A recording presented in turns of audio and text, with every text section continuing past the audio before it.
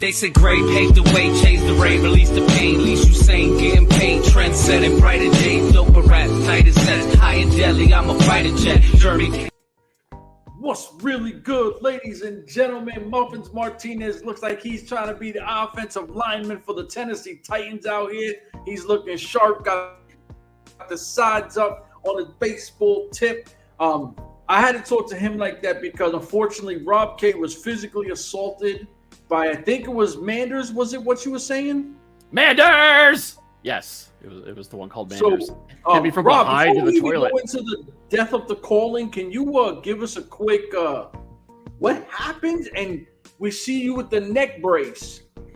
I don't entirely know what happened. I was in the bathroom and I just heard like some bad joke about living, laughing, and lariats. And next thing I know, I got hit from behind and my head hit the toilet. And I just heard more cackling. And then like next thing I know, like I see a cowboy running around with my t-shirt. Like he even stripped my shirt in addition to assaulting me from behind. Whoa! Now I'm Tony Conning it around, making draft picks. Can't move my head. You hear what happened? He's in the toilet bowl. Well, he's in the bathroom. Gets assaulted and somehow gets derobed. Get his t-shirt taken out. Yeah, it's all over social media now. Rob, dude, stealing my shit. Literally stealing my shit. You either got to roll with a better crew, Rob, or you're going to have to keep your head on a swivel because this Manders thing has been going on for a little while. Yeah. Man's a menace, and no one believes me. I mean, he's a criminal. He's a criminal. Right? So, I don't know. Listen, I know Muffins feels a different way, but when criminal-ass people do criminal-ass shit, I don't stand for that. My boy was assaulted. Unfortunately, he's in a neck brace now. You won't see him on a MLW draft acting like the thing is still there, Tony Khan. But listen, so wait, that's one way to sell an injury, though. I mean, he took it that following step, so can't hate him for that. Yeah, he did. Yeah. Should have gotten a patch though, like a little like AEW and Jaguars patch. Yeah, that would have been cool. On his collar. Yeah. Now, unfortunately, he took it the next step, and unfortunately, he took it one extra step with his little interview there, where he called the WWE the Harvey Weinstein of wrestling. Yeah, bro. He was here, and then he just like, and what makes it worse, other people having interviews, and they have to literally sit there and give nothing but praises to this moron here. And how can you give praises to Tony Khan when he's out here doing stupid shit like that and saying stupid moronic things out of his mouth? Is just pointless. But anyway, you know what? And I kind of like talking about this real quick before we get into what we're going to talk about, because AEW is the alternative to WWE, which there has not been an alternative to WWE since WCW. Right? Like, I mean, TNA did its thing for a little while, but it never really was competition. It was almost there. It was almost there. It was close. It was close. Almost there. Almost there. It was close. We're TNA people. Yeah, you know what I'm saying? We're not taking nothing from it. But AEW has the financial backing that TNA never had, right? Like, TNA had, Spike and all the good, stuff like that, but AEW has a huge financial backing. Why would you get into this type of idiotic war of the words and having people constantly taking shots? And you're like, dude, just focus on your promotion. Focus on you. Like, whatever WWE does, who gives a shit? Focus on AEW. You know what I'm saying? Like, who cares with WWE? I mean, they're the Mecca. And one funny thing, they already hit 5 years. And the companies AEW has already hit 5 years already. So people were saying, it's not going to pass a year, 3 years, 5 years. So it's already hit 5 years. And no lie, and people are going to laugh about this, their value right now at close or just a bit over $2 billion in 5 years. AEW. Yeah. $2 billion, a bit over $2 billion in 5 years. Yeah. Just because like that. The hearsay is like, well, since it's private, they don't have to disclose their earnings. But the rumor, like the educated rumor mill, is saying the only reason that AEW is turning a profit is because of the video game. It wasn't the video games. AEW actually free. Yeah, the video game lost money. The video game was a flop, unfortunately. Yeah, and they spent years developing it. So the combination of just like they were never going to make that money back just because of how long they spent building the game up from scratch in their own studios. But yeah, so like despite what the doomsayers say, AEW is doing actually quite well because it is really hard to do anything in professional wrestling. I don't think fans understand how financially draining running an independent wrestling company is, period. Like, and luckily, you know, some companies, WWE, AEW, like have TV people who are willing to pay them rather than try to do everything out of pocket and whatnot. But like, I'll throw out my 2 cents on this thing. And like, yeah, Tony, like, well, I'm going to start the party with Tony Khan is not wrong in terms of the content of what he said. However, I also don't believe that it's his place to be throwing out those shots just in general. Like, just a period. I don't think it's his place to be throwing that out because I don't believe, I'm not a firm believer of like, oh, we can't acknowledge that any other company existed. No, you should totally, you know, reference your product, kind of like what we're doing right now. We're just talking smack about the dude instead of being like AEW's roster is stacked. It has arguably like one of the best collection of talents ever assembled under one roof. But we're not talking about that. We're talking about the negatives about it.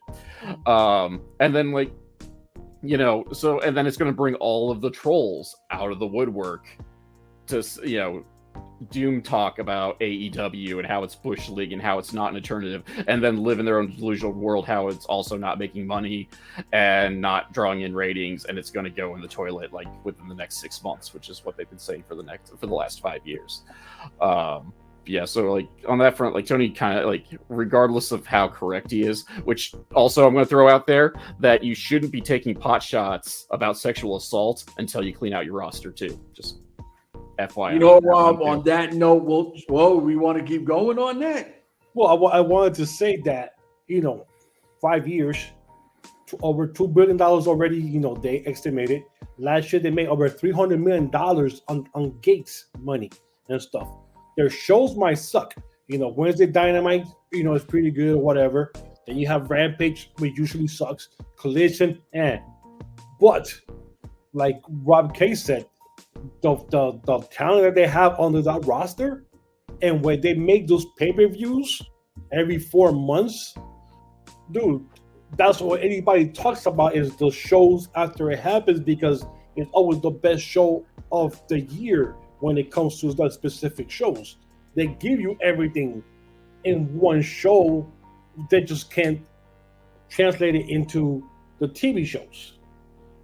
They have so many people that they just don't know how to take and build people. You just brought back Rouge on Saturday, and you brought back Phoenix to no fanfare. You just had them have matches just like that. They've been injured for the months, and you don't do any type of big net or anything. Oh, Rouge is coming, or Phoenix is almost coming. Nothing. They just show up, and you're like, oh shit, Phoenix is back. To no fair whatsoever. These are supposed to be your big type guys, and they come back to nothing because you didn't say anything that they were coming back, or any type of, you know, preview for the last 2 weeks. Oh, Phoenix is almost ready, you know, have something going on, and then, oh shit, Phoenix is back. Nope. I mean, but you know what? Like, in a way, you got to give Tony Khan. You know what? We're gonna have 2 segments. This is a whole segment we've been talking on. Exactly. I was gonna say this is an 8. Mark us one on the calendar, folks, because we're not talking MLW. I mean, or even pretend MLW. Segment. The next segment is going to be MLW. Yeah, I mean, but at the end of the day, because I'll do a little stupid graphic and we'll throw it out there. Tony Khan, as much as we shit or we laugh at the big announcements weekly, right? You can't knock that. People are going to wonder, what is the big announcement? As for whatever it is, if we think it's a flop, if we think it's awesome, it still draws attention. Tony Khan getting taken out by Jack Perry and I think it was the Young Bucks. The New Elite. Is that what their name is? The New Elite? Yeah, I guess. Okay, so the New Elite takes out Tony Khan.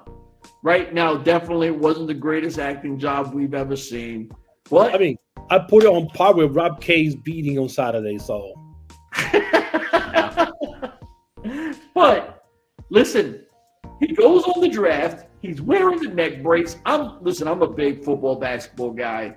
I'm like, whoa, what is Tony Khan doing, right? And I'm like, wow, he's really selling into the NFL draft. And when you're listening to the NFL draft, they were like, oh, that's Tony Khan. He got taken out. I'm not sure if it was for real or not. And I'm like, what? Like, this is crazy. So his AEW gets talked about during the NFL draft. But one more thing, like you said, they actually had Tony Khan. They're talking about Tony Khan on an ESPN show with what's the guy, the Pointers guy name from Indy that has his own show. Oh, McAfee. Oh, Pat McAfee. McAfee, who's a WWE employee or whatever he is now, is actually talking about Tony Khan on an ESPN show where he's a WWE guy. He's talking about that on the ESPN show. So it actually did the job that they actually talk about somebody else other than WWE stuff. So for all of his faults, Tony Khan is at least good at one thing, and that is promoting. Yep. Go ahead, Chef. My bad. No, absolutely. So, I think we'll call this Tony Khan versus the world or some shit like that, right? Like, listen, the guy's making money. He's doing what he does. He's bringing, which I'm not a fan of Will Ospreay. Rob K is not a fan of Will Ospreay. Oh, I love Will Ospreay. Huh? I love Ospreay. Of course you do, because he's part of that bullshit Aussie Open. Oh yes, sir. Aussie. I can say everybody that doesn't actually pay attention to things loves Will Ospreay. I love Ospreay. You know what? But like, Will Ospreay is a huge name in the industry, right? Like, if you're just a WWE nerd where all you know is WWE, then yeah, Will Ospreay's not a big loss to you because you have no idea about the buzz this guy brings. Kenny Omega, that was a massive move. The Young Bucks, as much as I don't like them, that was huge. Now he has Okada. You're like, holy shit, Tony Khan is bringing in some big ass names. I mean, half his guys were stars. Half his guys were stars elsewhere. Like, what's that big Diesel guy who was in Impact, went over there, now he's in like Ring of Honor. He was in Lucha Underground too, big dude. He was an Impact, big. He was Brian Cage. Yeah, Brian Cage. Jesus, he can't even cut it there no more. And this was a top guy elsewhere. And he re-signed with them. But what I'm saying though is their roster is so stacked that their lower card ROH guys are other people's top stars, right? So regardless of what you might think, Tony Khan is doing his thing. Like I said, we can goof on him, have some fun. But listen, I didn't expect to talk fucking 14 minutes of Tony Khan. So listen, AEW fans, if you watch this, salute, like, subscribe, share, all that good shit. You got an AEW out of somehow. Rob K, wish you nothing but the best to heal and get better. Do me a favor, send us out of here so we can actually talk some MLW. Deuces.